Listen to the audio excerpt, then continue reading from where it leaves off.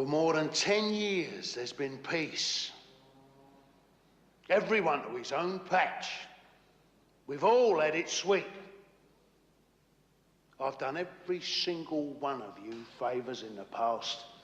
I've put money in all your pockets. I've treated you lot well, even when you was out of order, right? Well, now there's been an eruption.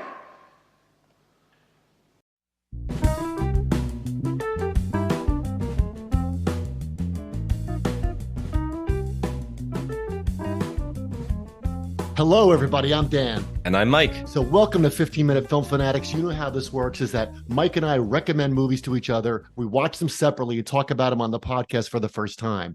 Sometimes it's a movie that we've loved for years but just never talked about. Sometimes it's kind of a new discovery. This week, we're going to do The Long Good Friday, 1980, John Mackenzie, written by Barry Keefe, or as I like to call it, Harold Shand in The No Good, Very Bad, Horrible Day. Anyway, I'd seen this movie on Criterion. It's still on Criterion. I texted Mike a few times, you've got to see this because I know he likes Bob Hoskins, but Mike had never seen this movie, and Mike just watched it. In part one, we like to talk about our overall impressions of the movie. Mike, go. It's really shocking that I've never seen this movie. This is another one where you'd think this is right up our alley, that we would have seen this 20 times by now and just bringing it to our listeners. I get that the universe is technically large enough to hold this movie and season one of The Sopranos, but I kind of feel like this entire movie is season one of The Sopranos, maybe the whole series, but without any of the extraneous nonsense that angered so many of The Sopranos viewers. This is a perfect downward spiral movie with the perfect ending to the downward spiral, which is really difficult to pull off. I think it's sort of a spiritual cousin to like a Mikey and Nicky, but without the two-man game. If a two-man game was a very lonely one-man game, that's what The Long Good Friday would be. And it comes together, but it doesn't snap together the way most mystery stories do. They make it fairly obvious if you watch the movie closely, what's happened. And for me, what that told me was that the mystery has nothing to do with what's going on. Harold's reactions to everything are what's going on. The world exists to kind of poke Harold so that he'll make a face. And it goes on like that for like an hour and 40 minutes, but it feels like about 5 minutes. This movie feels about as long as the car ride at the end.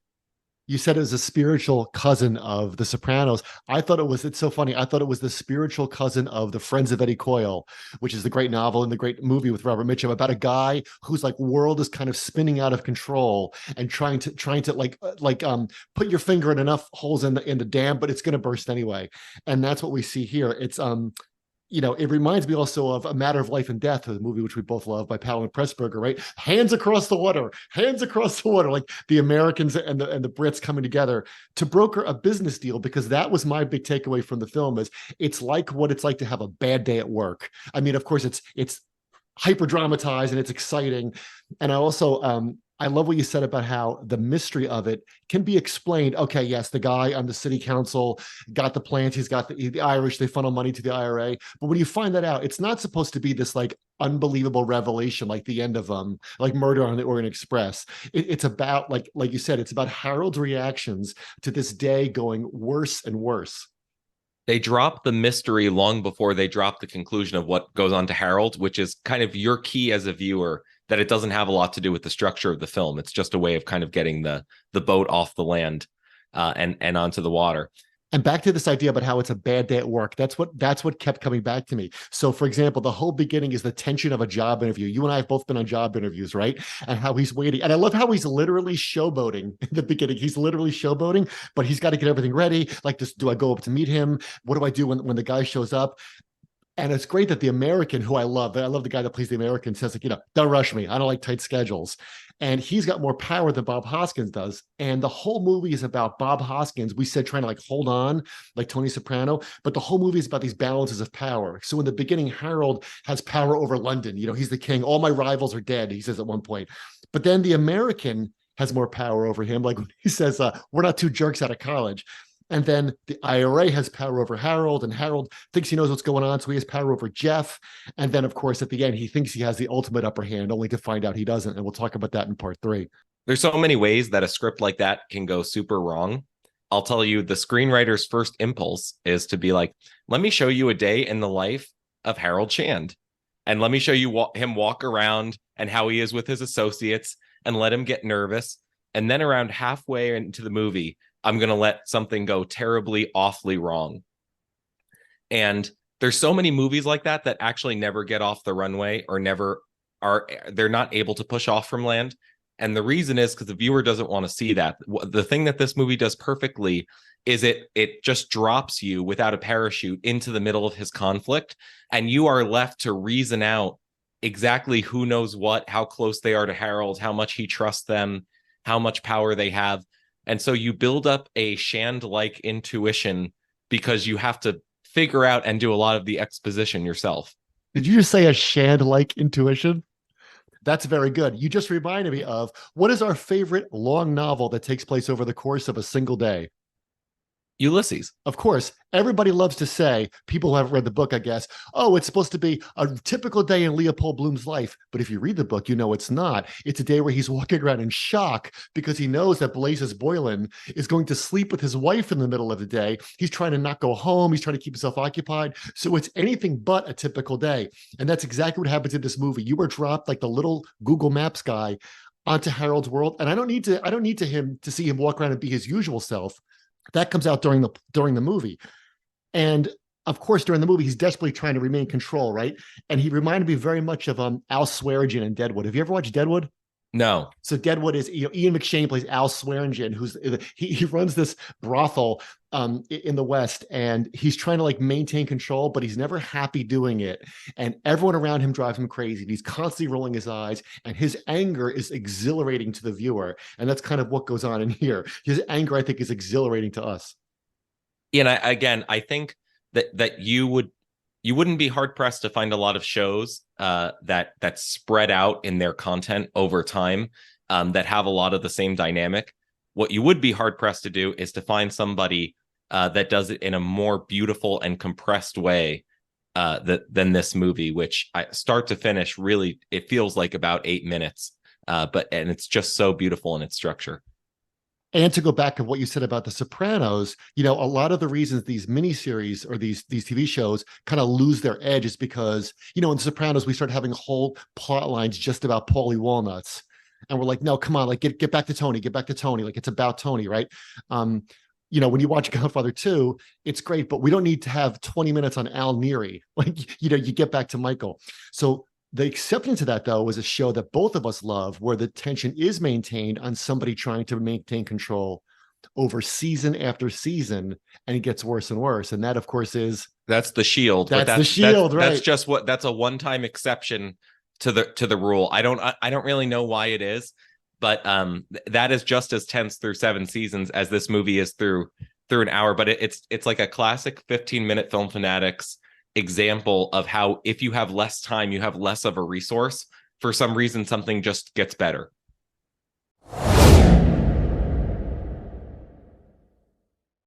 Welcome back. So, of course, in part 2, we always do our key scenes or big moments. Dan, why don't you kick it off? So mine is when he comes back from the first part of his bad day, and Helen Mirren, his wife, starts crying and says, I don't want to die. I don't want to die. Now, I love this scene for 2 reasons. First, because it's so much like regular domestic days where like you have a crappy day at work, you come home, and then something happens at home and you're like, okay, now I got this going on. Okay, let me deal with that. And it is a great moment. And you're kind of on his side. You want him to calm her down. She's such a good actress. Like, you totally buy into her fear that she's like, this is for real. Like, I don't want to die. My moment is right when he does that, and then he makes a drink and he swirls the ice cubes around to make it cold. That's a great touch. And then he just looks out the window and just thinks. And you wonder what he's thinking. And it struck me that in so many movies, people are able to think on the fly so well and come up with things so quickly and put stuff together so quickly that to keep the plot going, you have to do that. Like, you don't want to see Sherlock Holmes walking around for 3. Although that's a bad example because he actually can do it on the fly. But you know what I mean? Like regular detectives or regular cops or regular criminals. but just that he's there thinking. And it's so rare that we get to see somebody do that in a film where you don't really know what he's just trying to figure it out, and he can't put the pieces together. He doesn't look away from the window and say, wait a minute, wasn't the councilman involved with the Irish? Like, he just doesn't know what to do, and he just shuts up. And it reminds you of how powerful silence can be from an actor. And I think the reason that they don't put those moments in movies is because it's very difficult for actors. It's like, okay, now stand there and act like you're thinking, but and I'm sure we'll talk about this at the end, but Bob Hoskins is one of those actors who has such perfect control over his face that he can make that scene work. So it's not just an unwillingness to write the scene. It's like, well, if I wrote it, who could do it? And you're with him there in that moment as a viewer, because you're like, what the hell is going on? Like, who's blowing everything up? And like, you assume because it's taking place in London and that stuff is exploding and it's 1980, you're like, well, it's got to be the IRA. But even if you know that, it doesn't explain like how they got involved with Harold Shand. So what's your moment? My moment is when Harold actually did think on the fly, and he surprised me, which is they go to make the $75,000 payoff to the IRA. And I, as a viewer, I was caught up in watching this movie the first time. I thought, okay, he's going to pay off the IRA. That's at the racetrack, right? At the racetrack, exactly, at the Derby. And I was like, oh, that's a good idea. And then as soon as all the IRA guys are in the same room, his gang busts in and kills them all with a shotgun. And which is not a double down, that's a quadruple down, because he's the whole plot has been set in motion by the fact that he one of his henchmen inadvertently annoyed them by stealing like $5,000. $5,000. Bellick from Raiders stole the $5,000. Right. So what he's going to do is fake a $75,000 pound payoff and kill 4 of them. Which shouldn't ratchet things up, of course. And I honestly, until the shotguns came out, had no idea what he was doing. I enjoyed the Derby scene like everybody else, and I thought that Harold was coming to apologize, but of course he's not. Well, of course, going back to that work metaphor, the movie is about a guy who you think has, or maybe he does, he's an outdated business model. So when he starts to put things together, he thinks he can take down the IRA. And, he's told, you can't negotiate with them. Like, if you kill 10 or 20 of them, they just keep coming back. And then someone else says, it's not business, they're fanatics. Like, you have to, and that's why his aide de camp or his Mr. Spock that he ends up killing, he was trying to reason with Harold, saying, like, I had to give him a name. Something had to happen. I didn't know what to do, because they're going to keep coming at you because Colin stole the 5,000 pounds. And he thinks he can one up that. He's like, no, my business model still works, which is you intimidate them and you blow them away and I'm back on top. And then, of course, he finds out that his business model no longer works. Okay, welcome back. So in part 3, we always talk about the title, the ending, or the key takeaways. We don't often have a lot to say about the title. We do a lot of literal titles. So let's talk about this one. What do you make of The Long Good Friday? Well, other than just, it's a great title. I mean, even if you've never seen the movie, you have to say that's a pretty good title, right? Well, I did a little research on this. I don't know if you know all this. The original title of the film was The Paddy Factor. But that was changed because they feared it would give too much away about the plot, like the Paddy Factor, right?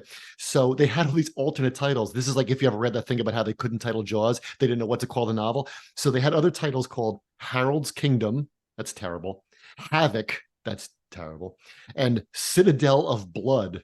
And eventually they came up with The Long Good Friday because it reminded them of The Long Goodbye, which, a book we love, and the Easter setting, and there's all this stuff about about Good Friday, obviously. But my take on it was, if they didn't come up with The Long Good Friday, which is the best title, my suggestion would have been, It's My Manor, which is what he says when he's told that they're pushing into his territory. He's, no, it's my manor. And that's who he thinks he is. He thinks he is to the manor born, like Hamlet. Like, it's mine. Like, I own this. I did all this work.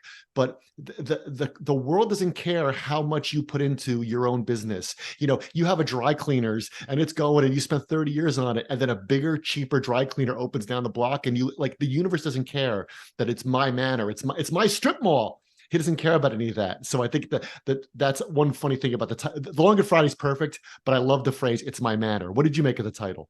I spent 1 second thinking about the title, and I spent the rest of the 2 hours wondering how this guy could have such an elastic, wonderful face.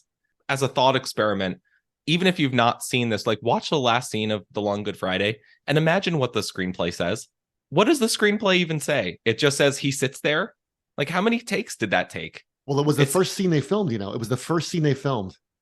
I didn't know that. Yeah, and John Mackenzie said, "We're just going to film you." And actually, John Mackenzie drove the car, and then we're just going to film you and just sit there. We're going to get your face, and it's perfect. It's like the thinking moment before, and that is such a great bit when he's in the car at the end. We've moved on from the title, by the way, in case you're wondering at home. But that's a great bit when he's in the car there, because of course he's just finished the movie in the scene before when he gives the speech to the Americans, right? And he's like, I want someone to contribute to what England has given to the world, culture, sophistication, genius, a little more than a hot dog. And he says he's going to work with the Germans, right? And he's like, yeah, the Krauts, they've got ambition, know-how, and they don't lose their bottle.